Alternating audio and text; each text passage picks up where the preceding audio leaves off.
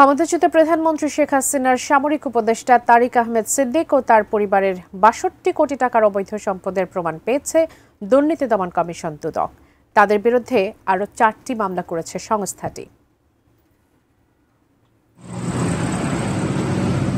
রাজধানীর অভিজাত এলাকা বারিধারার পার্ক ভ্যালিতে ফ্ল্যাট, ডিওএসএস এর ৭তলা বাড়ি, ঢাকার বাইরে বাগান বাড়ি, ডুপ্লেক্স ভবন সহ সম্পদের বিশাল সাম্রাজ্য ক্ষমতাচ্যুত প্রধানমন্ত্রী শেখ হাসিনার সামরিক উপদেষ্টা তারিক আহমেদ সিদ্দিক ও তার পরিবারের। তারিক সিদ্দিক পরিবারের কয়েকশো কোটি টাকার সম্পদের তথ্য দুদকের কাছে থাকলেও দালালিক নথিতে ৬২ কোটি টাকার অবৈধ সম্পদের সন্ধান পেয়েছে।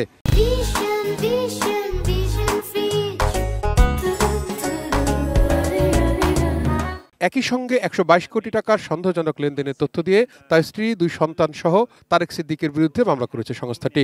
মেজর জেনারেল অবসরপ্রাপ্ত তারিক আহমেদ সিদ্দিক সাবেক প্রধানমন্ত্রী নিরাপত্তা বিষয়ক উপদেষ্টা পাবলিক সার্ভেন্ট হিসাবে দায়িত্ব পালনকালে জ্ঞাত আয়ের উৎসের সাথে অসঙ্গতিপূর্ণ ২৮ কোটি টাকারও বেশি মূল্যের সম্পদ অর্জন এবং বুক দখলে রাখা এবং তার নামেও ৪টি ব্যাংক হিসাবে ৬২ কোটি টাকারও বেশি মূল্যের সন্দেহজনক লেনদেন এবং পরবর্তীতে উক্ত অর্থ স্থানান্তর, রূপান্তর এবং হস্তান্তর করার অপরাধ অনুসন্ধানকালে প্রমাণিত হয়েছে। এ পরিবারের দেশ বিদেশে আরও সম্পদের খোঁজ পেয়েছে দুদক, যেগুলো দালালিক নথি হাতে পেলে চার্জশিটে অন্তর্ভুক্ত করা হবে বলে জানালেন দুদকের মহাপরিচালক।